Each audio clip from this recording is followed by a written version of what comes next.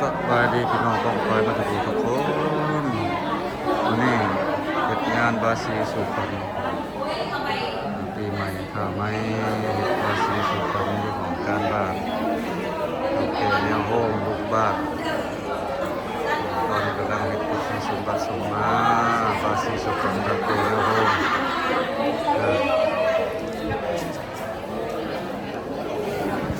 แต่เศร้าเลยพี่น้องตอนเช้าเลยก็เฮ็ดพิธีใส่บาตรถวายพระทหารสำเร็จแล้วก็เฮ็ดพิธีบาสีสุพรรณโอเคแนวโฮมบ้านตัวขอใต้มันใส่เส้นชายนครด้วยกันถือว่าผมมีประสบการณ์มาหลายอยู่ในสายจำนวนหนึ่งยังอยู่นอกพี่น้องจำนวนหนึ่งยังอยู่นอกตกต่ำกัน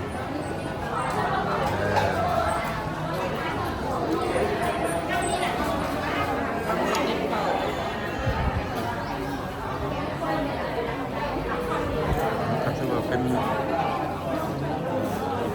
ของ14ของเจียนของม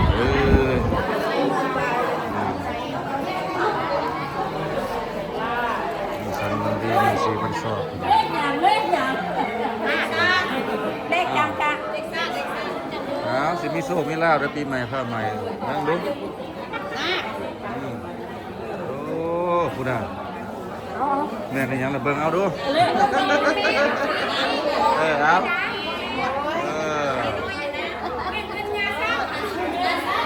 สร้างเอาได้สร้างกระแท้แล้ว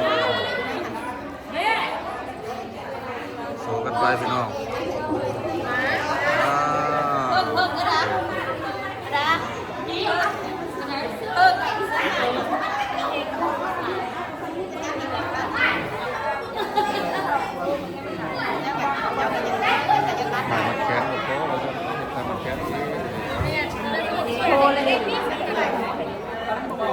ตาลักได้ตาใบเสียเด้อเบิ่งเอานะ